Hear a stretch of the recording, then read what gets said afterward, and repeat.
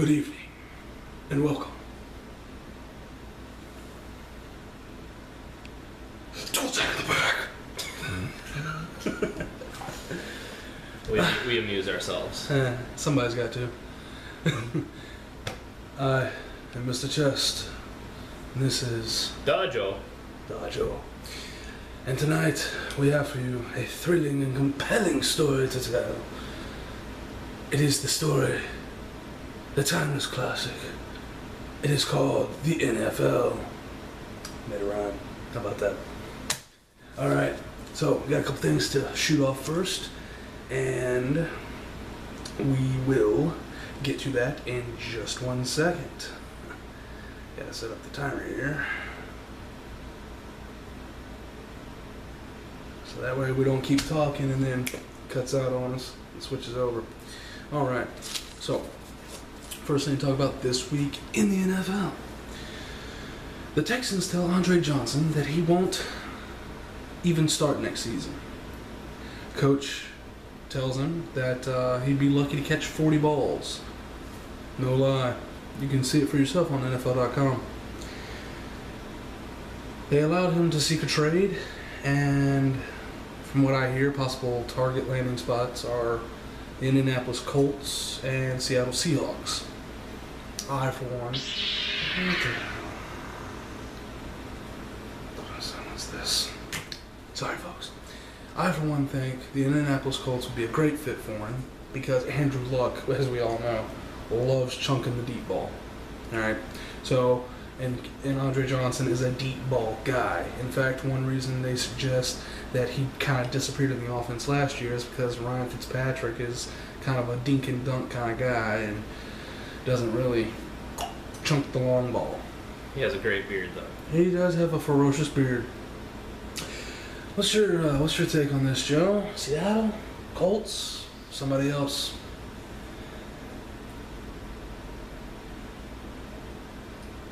If I was Andre Johnson, I would want a team that gives me a good chance of going into the playoffs, perhaps a Super Bowl. That's squad. Not squad. I mean, hell, he's been through the playoffs, what, twice? But getting old, I don't see him fitting in Seattle. Perhaps the Colts. You heard it here. Honestly, I don't really give a crap. There's my answer. Oh, come on, Joe. You have to give a crap. I don't like the guy. You don't like Andre Johnson? Why don't you like Andre Johnson? I think he's overrated. Overrated, he says. You know, a lot of people would argue he's been the best receiver in the league. Him and Larry Fitzgerald are the two best receivers in the league for the past 8 years. I'm entitled to my opinions. Okay, I was just curious. Alright. I'm a hater, folks. Hate is gonna hate, and ain't is gonna ain't. Alright, so next we're gonna go over some players that received the franchise tag. Not a whole lot to discuss here. Dez Bryant, everybody heard about it, I'm sure. Drama ensued. Demaryius Thomas, gotta lock him up. Yeah. Justin Houston, last year's leading sack artist. Gotta lock up that. Jason Pierre-Paul. He's had a couple down years. He showed promise early. Maybe I think honestly that this was a step for the Giants to just re-sign him or to get a stopgap to try to work out a long-term deal without him being able to talk to other teams. I mean, Yeah. that's the way I feel this particular situation has played out. I mean, that's typically what happens when anybody gets franchise tagged. They usually do it to extend the amount of time one-on-one they have to talk to someone. But I think especially so in this case. Charles Clay, tight end for Miami, he was pretty good. He was pretty good. Very underrated. Not a lot of people heard of him because he plays for Miami. And, you know, Ryan Tannehill, is he the quarterback? Is he not the quarterback? I mean, he's arguably the second best quarterback taken in the first round the year he was drafted. considering RG3 and Andrew Luck being the other two. Obviously, At this point in the juncture, I feel it's pretty obvious as to who the better quarterback is out of that situation. Which that's a discussion for another time. The RG3 Andrew Luck comparison. Then we have the head scratcher. Yeah, now we got a bit of a head scratcher in the franchise tagging. This is one that a lot of people may not know about unless, of course, you're a New England fan. And no, it's not Vince Wilfork. He's been released, as we'll get to later. And it's not Darrelle Revis. He's still technically under contract if the Patriots want to pay him $20 million. However, it's their kicker, Steven Gostkowski. And the reason why it's such a head scratcher is they're going to have to pay the man $4.5 million. Now, I understand, hell, their first 3 Super Bowls they won were won on the leg of a kicker. And then that kicker went on to win another Super Bowl. But are kickers really that valuable? I mean, are they really that valuable?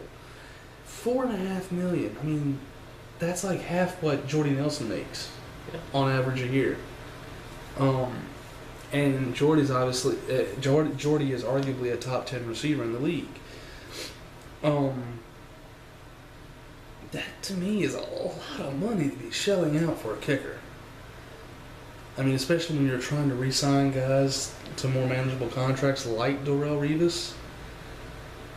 I mean, and you're having to ask Tom Brady to take pay cuts. I mean, regardless of what you think about the guy, he obviously gets the job done. And the quarterback is, the guy that gets the money on the team. In case you're the Houston Texans, in which case you give it to J.J. Watt. But he's over here taking pay cuts. He took a pay cut last year or 2 years ago. He re-signed a new deal to take a pay cut. Here you are paying a kicker $4.5 million this year. That pay cut was well spent. Yeah, right. And that's what I'm getting at here. All right, so moving on. Those are the players that have been franchised. Going on to the notable cuts. Now, granted, this is just notable cuts. There were other people that were cut, but they weren't really, all that relevant unless you're a fan of that team. Like a lot of people around the league, a lot of fans around the world probably don't really know who Brad Jones is, but being a couple of Packer fans, we do, and we're glad he's gone. But I digress. So first up is Reggie Bush, cut because he refused to take a pay cut, and the Lions didn't want to bet on his injuries, or lack thereof. So he's gone. Cortland Finnegan, old-ass cornerback, who most notably got in a field skirmish with none other than your overrated receiver, Andre Johnson. Darnell Dockett, a defensive end / defensive tackle, depending on the scheme, for the Arizona Cardinals. Lamar Woodley, a linebacker, a little past his prime, from Oakland. Ted Ginn, a return man, very dangerous return man, former first-round pick, not worthy of that first-round pick, but nonetheless. Jacoby Jones was cut from the Ravens and has been since signed by the Chargers, so he is officially a San Diego Charger. Big-ass mosquito.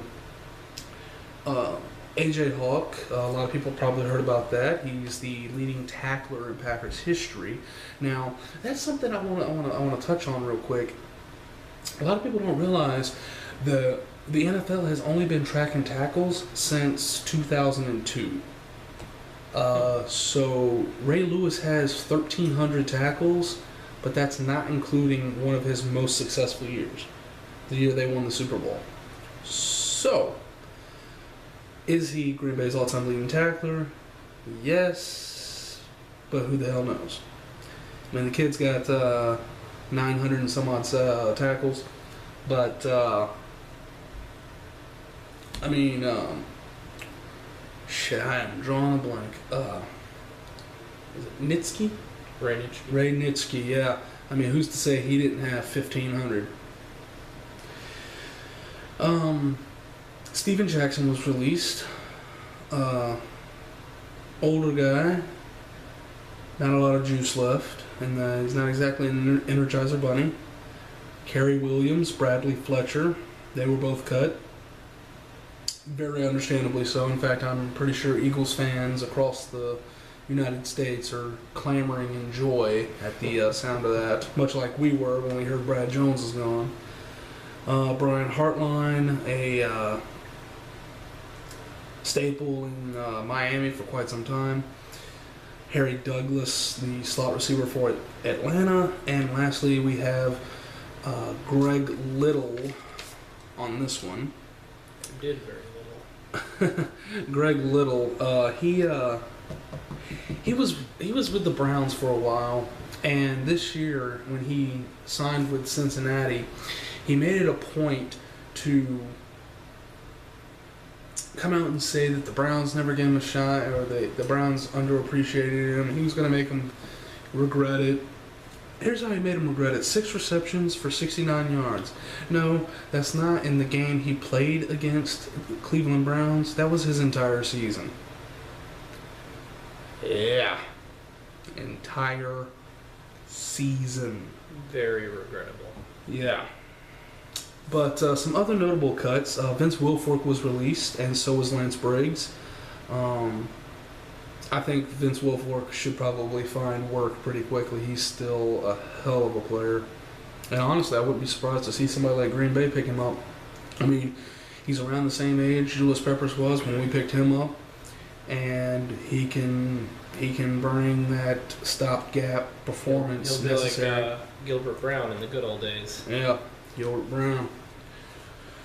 All right, so moving on from the cuts, but before we do that, any I know what you're probably already going to say, but anything surprising in there?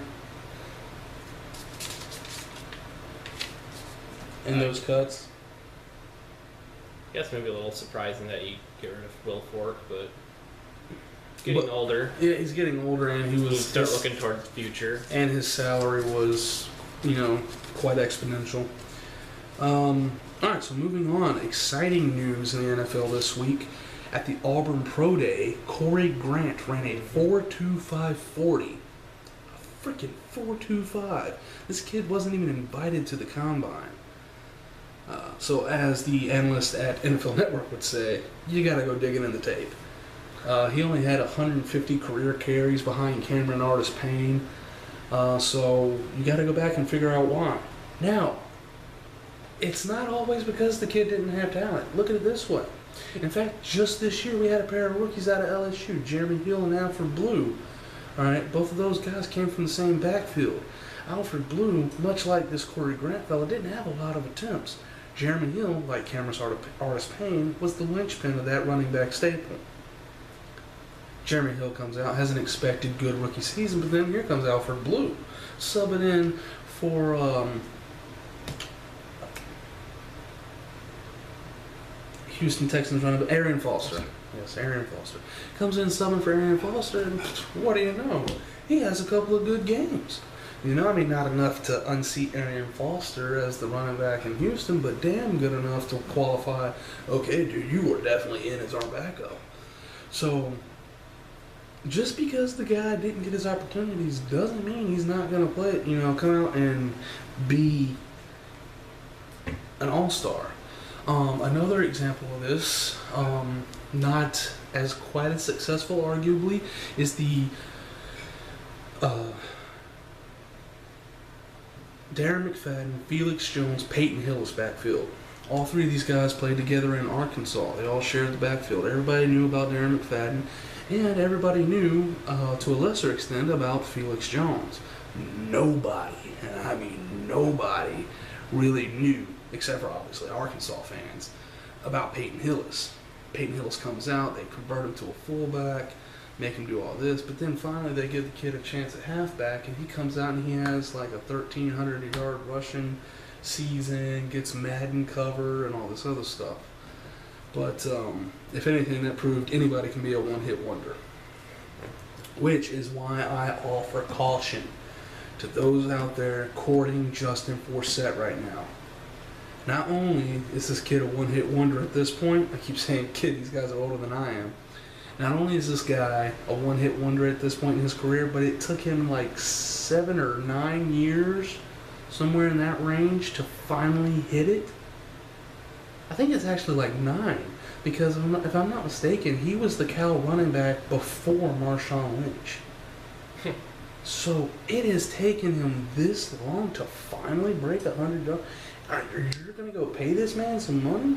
Are you serious? I mean, the dude's like gotta be close to 30, if not over 30, and he's just now hitting. I wouldn't be shelling out any kind of money for that. But my point, just because the guy didn't get a lot of carries in college doesn't mean he doesn't have the talent to be good. Alright, moving on. Big news this week. LeSean McCoy traded to the Buffalo Bills for Kiko Alonso. What's your take on this, Joe? Let's get your opinion out there first. I don't know. It's head scratcher. I know people are in uproar over it, but obviously Chip Kelly knows what he's doing. He's got a plan in place. Recruiting them Oregon boys. Yeah, they're the Philadelphia Ducks now. Yeah, basically. I've heard news that the NFL is considering letting them change their name from the Eagles to the Ducks. That's a joke, people. Are you done? You good? Yeah. Okay. My take on this is, it doesn't matter how good a player is. If you're the head coach and you got a system you want to run, and that player isn't meshing with your system, even if it's the best player on your team, in this case it was, if the guy's not down with the system, if he's not buying in, it's best to sell him out. And by sell him out, I mean sell him to another team to get him out of town. And that's what Chip Kelly has done, because there are reports that even from LaDainian Tomlinson, who's good friends with LeSean McCoy, he was saying that he didn't appreciate having to run hard on Saturday because he felt his legs weren't fresh. He felt his legs weren't fresh as they had been in previous years when he won the rushing title. And he said he didn't like it. And he really didn't like that philosophy and how Chip Kelly treated his players. I guess there's Chip Kelly's kind of bringing over this college approach to his players, which typically doesn't tend to work in the NFL, but so far he's had some success. Yeah. So maybe he's found the goose that lays the golden egg. But then it could also just be enough time hasn't passed, because you get a bunch of grown men and you try to treat them like a bunch of 18-year-olds. That gets old real quick, So, but I digress. Point being, he's bringing a guy in that he knows for a fact. Let's forget about the fact that he's an Oregon player. All right. He knows from first-hand experience. Yes, that's because he's an Oregon player. But still, just bear with me. He knows from first-hand experience this guy can run his defense. He knows he has the physical tools. But more importantly, he's been successful. I think this is the most important part. He's been successful, Kiko Alonso, in someone else's defense. So it proves that Kiko Alonso is not just a product of a good system, but he's a good player, period. So he's getting a good core player that could be a great player. I mean, you take some good players and you put them in the right system that better suits them, and they just blow up. I mean, next year we could be talking about Kiko Alonso as the next Luke Kuechly. Well, next Luke Kuechly, like Luke Kuechly's like ancient. But, I mean, we could be talking about him as arguably just a great middle linebacker as Kuechly. When you're talking about the great middle linebackers of today, it could be, 1A, 1B, whereas now it's just one, Luke Kuechly. Sorry, Patrick Willis. You had your prime. You had your time in the sun. You had to share it with Ray Lewis. But, you were considered ranked above Ray for, like, the last 4 years of Ray's career or something like that. Well, it's going to be kind of the same way with Kuechly. I mean, he's going to be ranked above you for, like, the last 4 or 5 years of your career. Sorry, Patrick. And 49ers fans. But, hey, you still got a hell of a duo there. Navarro Bowman.